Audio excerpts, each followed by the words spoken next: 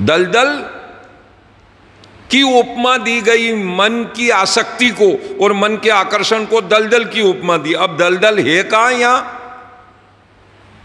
दलदल तो वो होता है कि जिसमें कीचड़ ही कीचड़ होता है और कोई एक जीव उसमें गिर गया तो वो जितनी कोशिश करेगा उतना ही गहरा गहरा डूब जाएगा और श्वास बंद हो जाएगी और मर जाएगा, सड़ जाएगा। उसका नाम दलदल है। अब यहां तो दलदल कुछ है ही नहीं, यहां तो सब फ्रेश काया है, साफ सुथरी काया है। यहां दलदल क्यों कह दिया गया? उन्होंने कहा मन का आकर्षण दलदल है, मन की भूख ही दलदल है। जितना खाओगे खाते ही चले जाओगे, जितना पियोगे पीते ही चले जाओगे और जितना चखोगे उतने चखते ही चले जाओगे, जितना देखोगे उतने देखते ही चले जाओगे और जितने सुनोगे उतने सुनते ही चले जाओगे। और इनने क्या भजन गाया, उनने क्या भजन गाया, और वो क्या भजन है, अरे ये क्या प्रवचन है, इनसे बड़े तो वो प्रवचन है, उनसे बड़े वो प्रवचन है, उनसे बड़े वो प्रवचन है। ओ हो। अकबर ने कहा तानसेन जी से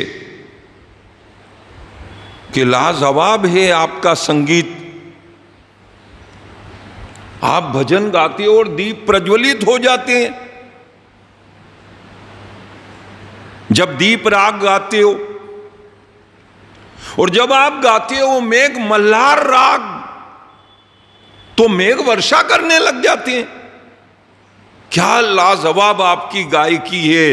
उन्होंने कहा सरकार क्या खाक गायकी है हमारी, हम तो काम चलाऊ लोग हैं, पेट पालने वाले हैं, मेहनत करते हैं, रियाज करते हैं, प्रैक्टिस करते हैं, 5-7 घंटे सुबह 5-7 घंटे शाम को मन मार के रियाज करते हैं। बस ये उसका तजुर्बा है, सिर्फ तजुर्बा है, ये कोई लाजवाब गायकी नहीं है। उन्होंने कहा फिर लाजवाब गायकी किसकी है? उन्होंने कहा सर लाजवाब गायकी तो बेजू बावरा की है और उससे भी ऊंची गायकी हमारे गुरुदेव की है। तुम्हारे गुरुदेव कहाँ रहते हैं? उन्होंने कहा वो व्रज भूमि में रहते हैं और उनकी गायकी यदि आप देख लें तो आप अपना होश भूल जाएंगे। ये पानी गिरना ना आग प्रकट होना ना, ये कोई बड़ी बात थोड़ी है। देह का भान भूल जाए उसका नाम गायकी है। तो तुम्हारे गुरु महाराज को बुलाओ, हम भी सुने उनकी गायकी। अरे सरकार बस यही तो गड़बड़ है ना, हम हर चीज पैसे से खरीदना चाहते हैं, हर चीज अधिकार से प्राप्त करना चाहते हैं, पर इस कायनात में, इस सृष्टि में ये एक अजूबा है कि जो भी शरीर से और संपत्ति और सत्ता के रुतबे से हासिल किया जाता है वो सब 2 कौड़ी का है, और जो आंतरिक गुणों से हासिल किया जाता है वो लाजवाब है और वो इतना अलौकिक है सर कि उसका मैं आपको वर्णन नहीं कर सकता हूं। वहां ये सत्ता का गरूर छोड़ के, रुतबे का गरूर छोड़ के एक पिपासु, एक जिज्ञासु, एक भंवरा, एक तितली बन के जाना पड़ता है सर। वहां अपने शरीर का और अपना आभास सारा भुला देना होता है, एक तलब लेके जाना पड़ता है सर। उसकी एक तहजीब है, एक सलीका है, एक शिष्टाचार है, उससे जाना पड़ता है। जिन्हें अमूल्य मिला है, अतुलनीय मिला है, उन्हें क्या परवाह है इस जिंदगी की और इस संसार की और इस शरीर की। वो तो कोई चीज की परवाह ही नहीं करते, कुछ चिंतन ही नहीं करते। तो हमें कैसे लाभ मिलेगा ये बताओ तुम तो। उन्होंने कहा सरकार, ये बादशाहत का रुतबा सब छोड़ के, बादशाहत का रुतबा छोड़ के और आपको मेरे साथ जंगल की झाड़ियों में पैदल चलना पड़ेगा। और वो जंगल में अकेले ही बैठे बैठे भगवान श्याम सुंदर के भजन गाते हैं, गीत गुनगुनाते हैं। उन गीतों को सुनने की प्यास लेके चलना पड़ेगा। और कहते हैं कि जब तानसेन जी हरिदास जी नामक गुरुदेव के भजन सुनने के लिए बादशाह को लेकर के गए, तो आधी रात के समय में भजन गा रहे थे हरिदास जी। जब आधी रात को वो भजन गा रहे थे तो पशु पक्षी सब झूम रहे थे उनके भजनों में। और जब वो तान टप्पे और वो राग रागनी जब उन्होंने सुनी तो वास्तव में उनको लगा कि मेरी सारी बादशाहत की मिल्कियत और रुतबा ये एक फीके पकवान और नकली पकवान हैं, इनमें कोई स्वाद नहीं है। जो इस भीतर से डूबे हुए महात्मा के अंदर वो रस है। प्रसाद उसको नहीं कहते हैं मात्र जो आरती करने के बाद बांटा जाता है और भगत लोग लेते हैं और भक्त लोग वितरण करते हैं, मात्र वही प्रसाद नहीं है। वो तो एक रूपक है, एक उसका नकली प्रारूप है प्रसाद का। असली प्रसाद क्या है कि जिसने वह भक्ति करी उसके मन में प्रसन्नता, निश्चिंतता, निर्भयता, बेफिक्री अपने आप आ जाती है जिसने भक्ति में अपने आप को समर्पित कर दिया। न उसे आगे की फिक्र है, न उसे बाद की फिक्र है, न उसे किसी और दिक्कतों की कोई फिक्र है।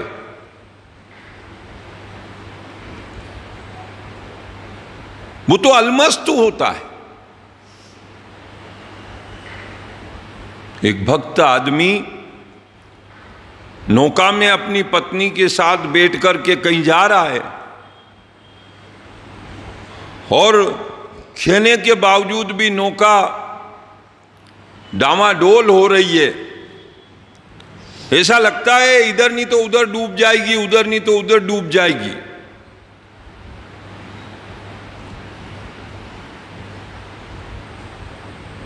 तो कहते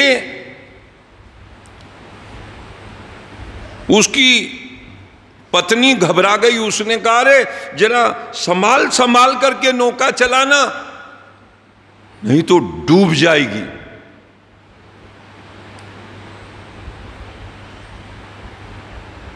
चाकू निकाला, आदमी ने जवाब नहीं दिया।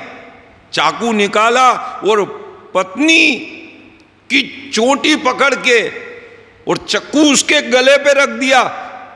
बक बक बक बक करती रहती है, माथा चढ़ा दिया, काट के फेंक दूंगा। तो पत्नी कहती काट काट काट दिया, बस मैं भी जिंदगी सफल कर लूंगी, काट दो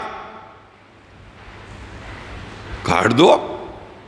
अरे यूं नहीं कहती कि प्राण बचाओ प्राणनाथ, काय को कहूंगी। जो प्यार करने वाला है वही मौत दे रहा है, तो फिर काय को जी करके क्या करना है, मर जाना ही अच्छा है। तुझे विश्वास नहीं है कि मैं तेरा गला काट दूंगा, इसलिए तू बेफिक्र हो गई। मुझे भी मेरे भगवान पर भरोसा है। वो कितने ही भंवर जाल लगाए, कितने तूफान लगाए और कितनी भी नैया डावाडोल कर दे, लेकिन मेरा जो ईश्वर है ना वो मेरी नौका नहीं डुबाएगा, ये मुझे भी भरोसा है। तुझे तेरे आदमी पर भरोसा है और मुझे मेरे मालिक पर भरोसा है। ये भरोसा एक बड़ी चीज है। ये कहां से आता है? ये भक्ति के प्रसाद रूप से आता है। प्रसादे सर्व दुखा नाम हानि रसोपजायते, सारी हानियों को हटा दे, उसका नाम भक्ति है। सारे दुख, सारी मुसीबतें,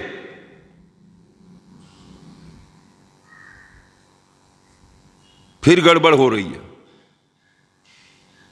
फिर गड़बड़ हो जाएगी। यहां हम शक्कर खाते जाएं और भगवान पे छोड़ दे कि लाओ गपागप रसमलाई, रसगुल्ले, खीर, मालपुए हम खाते जाएं और भगवान के भरोसे रहे हमारे कहीं मौत नहीं आने वाली है, तो जल्दी मशाना में जाओ आ रहा। मतलब भगवान का दुरुपयोग करके आप अपने स्वाद, आप अपने मन के दुर्गुण, आप अपने मन के विकार, उनसे दिलचस्पी नहीं रख सकते हो। खाना है खाओ, पीना है पियो, सोना है सो, नहाना है नहाओ, अरे जो भी तुम्हें भोगना है वो भोगो, मना नहीं है। कितनी बड़ी बात कह रहे हैं भगवान। अनोखे भगवान हैं दुनिया के ये वासुदेव कृष्ण। भोग तुम्हें भोगना पड़ेंगे, पर इस आशा से मत भोगना कि तुम्हें इनसे सुख मिलेंगे। ये गलती मत करना, दुख खड़ा कर रहे हो। एक दुख को तुम बुलावा दे रहे हो। गधा, चल बेटा चल, कुमार उस पर हाथ थपथपाता और चल चल ले गुना झेल, तो गुना झेल लेता है गधा बड़ा चौड़ा होके, और वो गुना रख देता है काठी लकड़ी की बनी हुई, दोनों तरफ जिसमें झूले लगे हुए हैं रस्सियों से, और उनमें ईंटें भरता जाता है। इधर भी ईंटें रख देता, उधर भी ईंटें रख देता, इधर भी लकड़ी रख देता, उधर भी लकड़ी रख देता है, और लकड़ियां भारी बोझ वाली होती है, और वो गधा बड़ा तन के खड़ा रहता है। रख दे जितना तेरे को रखना है, वो रखता ही जाता है, रखता ही जाता है। और जब वो गधा चलता है, जब उसको मालूम पड़ता है बाप रे बाप क्या इसने वजन ढोया है अपने ऊपर, कितना ही शरीर उसका थका हुआ हो, बोझा वाला हो, पर उस रखे हुए वजन को वो खींचता ही चला जाता है। किस चक्कर में कि मेरे मालिक ने मेरे को शाबाशी दे दी, अब मर भी जाएं और प्राण निकल भी जाएं और टांगे टूट भी जाए तो पीछे नहीं हटना है, क्योंकि अपने को वारे वाह मेरे बाप बराबर है, या तो बाप ने कमा के दिया था या आप गधा जी ने मेरे को कमा के दिया। तो उस वाहवाही के जोश में वो गधा ढोता चला जाता है। दुख कितना पड़ रहा है, वो सुख तो जरा सा है शाबाशी का, अब दुख कितना भारी है। यही संस्पर्श जब होगा दुख योनय एवते आद्यंतवंत कोन्ते या नतेषु रमते बुधा। संसार में सुख थोड़ा है और दुख घना है, इसलिए जो सुख चाहे तू सदा तो शरण राम की ले, कह नानक मेरे मना ये दुर्लभ मन खा देहा। संसार की जो व्यवस्था है उसको आप चलाते जाओ, लेकिन इनसे सुख मिलेगा, अभी इससे नहीं मिला उससे मिलेगा, उस समय नहीं मिला इस समय मिलेगा, इस समय के बाद यूं कर लूंगा तो वो हो जाएगा, वो कर लूंगा तो वो हो जाएगा, वो कर लूंगा तो वो हो जाएगा। कल्पना है, कल्पना है ये। ये मन का भ्रम है, ये मृग तृष्णा है। जन्माद्यश्यतोन्वयादितरत चार्थेष्वभिज्ञस्वराट् तेने ब्रह्महृदाय आदि कवये मुह्यन्ति यत् सूरय। आपके हृदय में जो सुख है, आपकी आत्मा में जो सुख है, इस दुनिया की दौड़ में वो सुख कहीं किसी को कभी नहीं मिला था, कभी नहीं मिला हुआ है और कभी नहीं मिलेगा। यो अंतर सुखो अंतः रामस तथांतर ज्योतिरेव य। भीतर ही वो ज्योति है, भीतर ही वो सुख है और भीतर ही वो शांति है। इस शर्त यह कि इस मन को रोकना पड़ेगा। ये मन आपको ठगता है, ये मन आपको घुमाता है, ये मन आपको दौड़ाता है, ये मन आपको पागल कर देता है। बिराजी आगे आगे आ जाइए, खाली पड़ी बेंच। तन की भूख तनिक है, पाव आध अध शेर। ये मन की भूख अपार है या निगले मेरु सुमेर। ऋषियों ने कहा है, मृग तृष्णा जल देख ध्यायो। मृग तृष्णा में जैसे मृगा भटकते रहते हैं, ऐसे मन भटकता रहता है। मनोवशे अन्ये भवन या देवा मनश्च नान्यस्य वशम समेति। इस मन को वश में कर लो तो समझ लो तीनों लोकों का सुख आपको प्राप्त हो गया। और मन को अगर आपने असंयतम यस्य, अगर असंयत बना दिया, असीमित बना दिया, तो दुखी होने से आपको कोई नहीं रोक पाएगा। दुख कहीं नहीं है, तकलीफें कहीं नहीं है, तृष्णा में छिपी पड़ी है, आशा में छिपी पड़ी है। उन सब को हटा करके आत्मा यदि सात सुख दुख हेतु कि मन्यतस्तत्र निज स्वभाव न आत्मनो अन्यद यदि तन्मृषास्यात् क्रुध्येत कस्मान् सुखम न दुखम।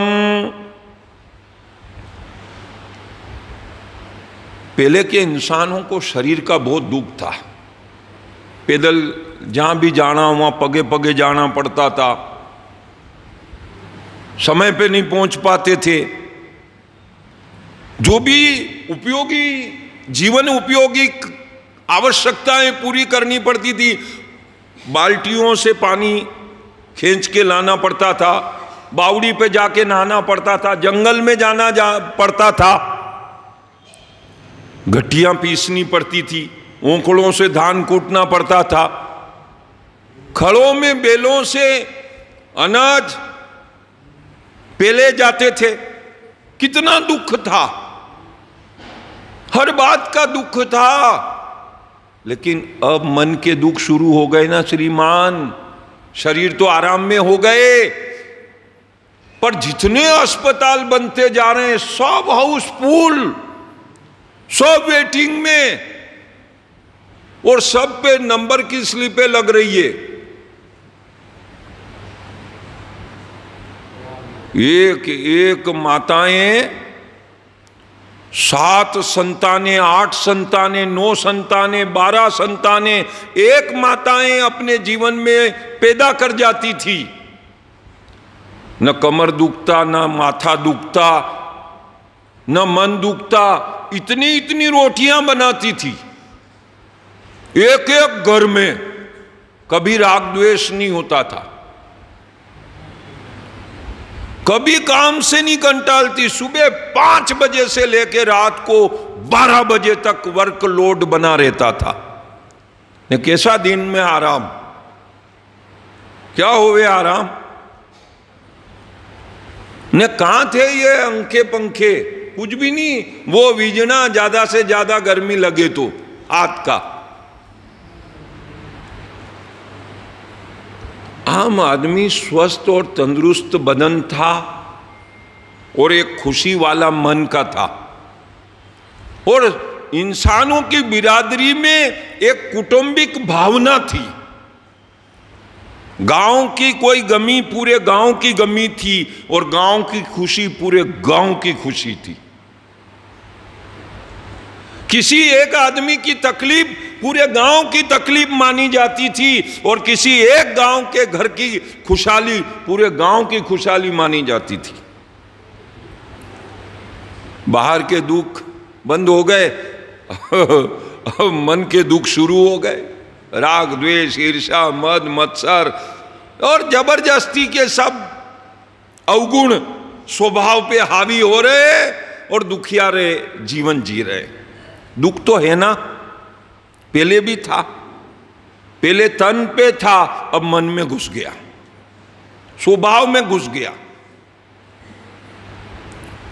खाते पीते जीवन जीते हुए इंसान सुखी नहीं है, लगे भले ही ओह क्या आलीशान बंगला है इनका, लगे आहा क्या एयर कंडीशनर लग रहे हैं, वो झूमर लग रहे हैं, आहा क्या लाइटिंग है, सब लगे ऊपर से, ओ हो फ्रिज रखा है, कूलर रखे हैं, टीवी रखे हैं, सारे आइटम सब कुछ है।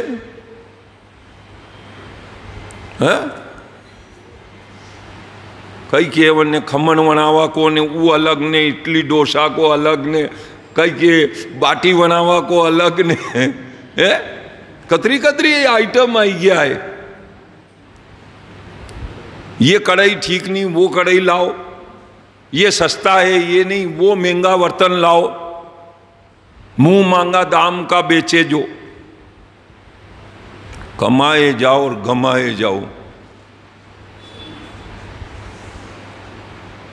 वासुदेव कृष्ण कह रहे हैं ये शरीर साधन और व्यवस्थाएं बदलने के लिए नहीं था। शकने तीव यह सोड़ुम प्राक शरीर विमोक्षनात् काम क्रोध भवम वेगम स युक्त स सुखी नर।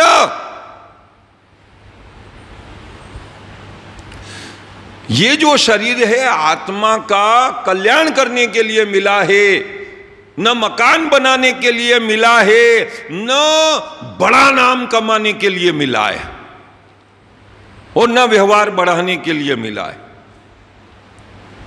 आज तो गादी विराजमान है स्वामी रामचरण जी महाराज, और बड़ा भारी धाम बना हुआ है शाहपुरा में, लेकिन इनकी जिंदगी का आप विचार करो, जब ये जिंदा थे और भजन करते थे, कहां किया भजन, उस पर विचार करो आप। अनुभव वाणी कहां से निकली और भजन गंगा कहां बही, तो आप देखोगे कि मैया राम जी की बावड़ी भिलवाड़ा शहर के कॉर्नर पर, और मैया राम जी की बावड़ी के नीचे जो खकोडल थी, उस मंदिरी में बैठ करके इन्होंने भजन किया। उससे पूर्व का देखो तो 12 साल कोठारी नदी एज इट इज, और बड़ले की छाया, और बस्ती कौन लोगों की थी, खटीकों की, जिनसे लोग नफरत करते थे, क्योंकि वो लोग मांस का व्यापार करते थे। तो अच्छा है ना, इनको भक्ति का आभास नहीं मिलेगा, और अपने को इनसे सेवा नहीं चाहिए, और ये अपनी भक्ति के बारे में कुछ समझेंगे ही नहीं कि कोई पागल है, गुंगा है, और कोई उन्मन्य भाव का अटपटे स्वभाव का पड़ा है फकीर। इस ढंग से उस गांव का चयन किया। नहीं तो पास में सांगनेर था, पूर था, भिलवाड़ा शहर था, मान ही रहे वो, और उन पिछड़े वंचित गरीब और नासमझ लोगों के बीच में, जिनको धर्म की समझ नहीं, उनके बीच में 12 साल उन्होंने गुजारे। 6 किलोमीटर आना भोजन लेकर के वहां पहुंच जाना। 6 किलोमीटर केवल भोजन लेने आना बस्ती में, और भोजन लेके अपने वहीं भजन करना। वहां देखो आप शाहपुरा में क्या था, रत्नावली जी की एक छतरी, और उस एक छतरी में ही रात्रि को विश्राम, और शमशान साए साए साए करे, पूरा शमशान साए साए साए करे। उल्लू बोले वहां, किसी की हिम्मत नहीं उस जंगल में कि कोई वहां पांव दे दे। अरे रात की तो बात छोड़ो, दिन में भी कोई नहीं जा। ये 3 जगहों पर उन्होंने विराजमान रह करके अधिकांश समय में तपस्याएं की। 36 वर्ष।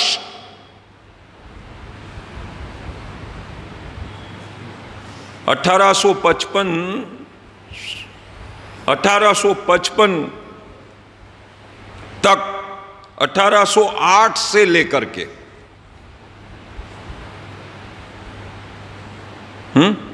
इतना पीरियड कोई सुविधा नहीं थी। कौन सा सिंहासन, कौन सा छत्र, कौन सा चमर, कौन सा चांदी का गिलास ने, कौन से चांदी के थाल ने, कौन से क्या व्यवस्थाएं। और जो भी लोग आए सबको यथा स्थिति में जीना।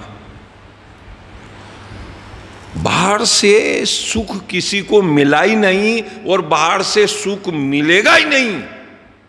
एक सत्य, केवल एक सत्य उन्होंने धारण कर रखा था, और उसी के ऊपर जीते चले गए। एक ही लगन। ये गाते हैं ना अपन, इनका ये आरती पोखरदास जी महाराज का, इनका एक भजन है, जप रे जिया राम सनेही, सुफल कर ले नर देही। जप रे जिया राम सनेही, कली नर देह भरत खंडवासा। कली नर देह भरत खंड, नीका दाव निहारो, नीका दाव निहारो। जप रे जिया राम सनेही, पूरब पुण्य संयोग बन्यो हे।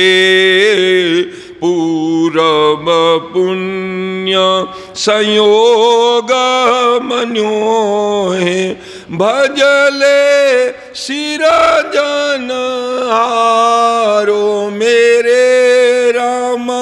भजले सिरजन हारो, तो वेग होयं सियारो मेरे राम। वेगी होए होशियारो, जप रे जिया राम सनेही। क्या है साधन, क्या है अभाव, उसकी बात नहीं कर रहे हैं। वो कह रहे एक तो भरतखंड, भारत देश, यहां पेट्रोल पैदा नहीं होता, यहां डीजल गैस पैदा नहीं होती, यहां स्वर्ण की खाने नहीं है, यहां हीरा पैदा नहीं होते, यहां वैज्ञानिक आविष्कार, देश की कितनी सरकारें बदल गई पर अनूठे आविष्कार नहीं कर पाई। यहां ज्ञान, मोरल, कैरेक्टर, थॉट्स वो बहुत मूल्यवान है। एक पति के साथ विवाह होता है, बिना संतान जने ही अगर विधवा हो गई तो खुशहाली का वो जीवन उस मरण मृत्यु प्राप्त पति के प्रेम में बिता देती है। और विदेशों में किसी की पत्नी कोई उठा ले गया और निकाह कबूल है, कबूल है, कबूल है, तो निकाह हो गया।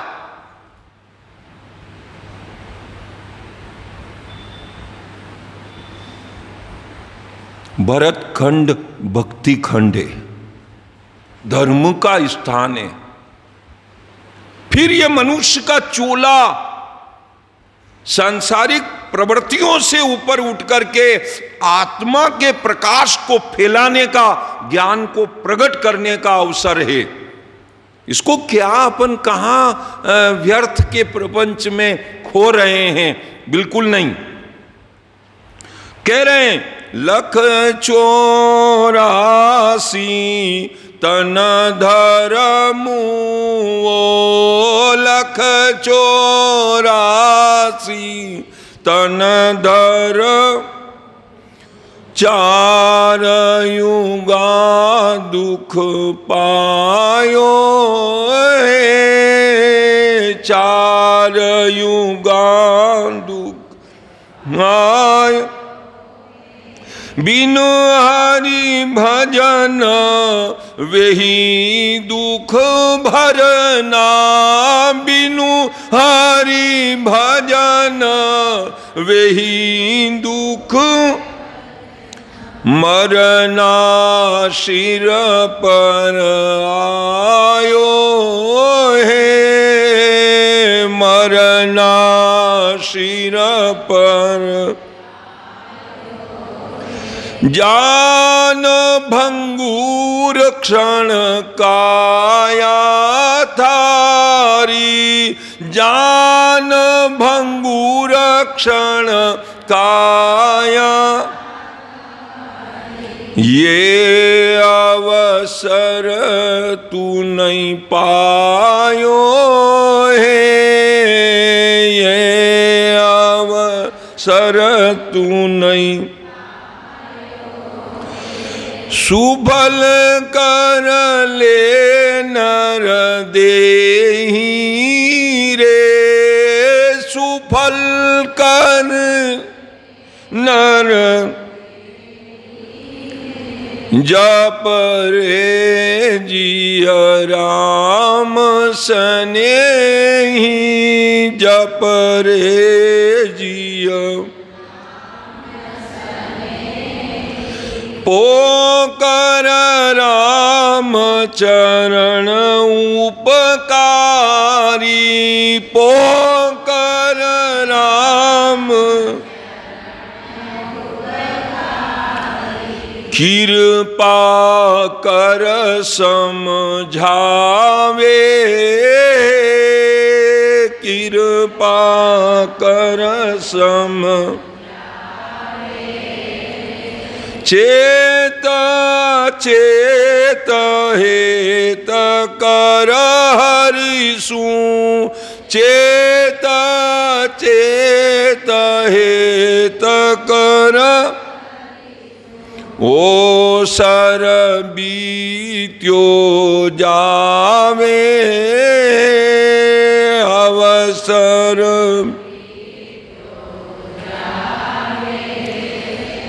फेर पछतावे, फेर पछतावे, फेर